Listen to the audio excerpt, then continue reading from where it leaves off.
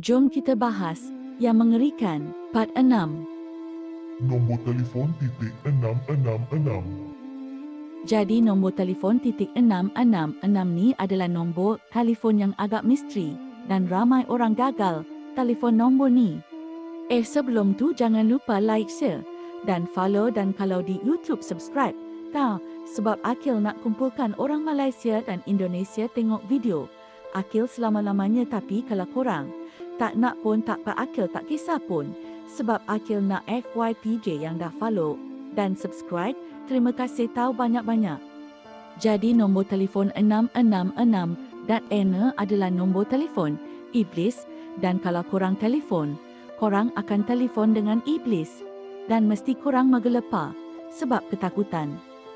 Nombor telefon ni sebenarnya nombor telefon dari United States dan ramai dah orang call ada orang dengar suara iblis, dan ada juga yang kata yang nombor telefon tu tak ada dalam dunia ni. Jadi jangan nak gatal sangat dengan tu.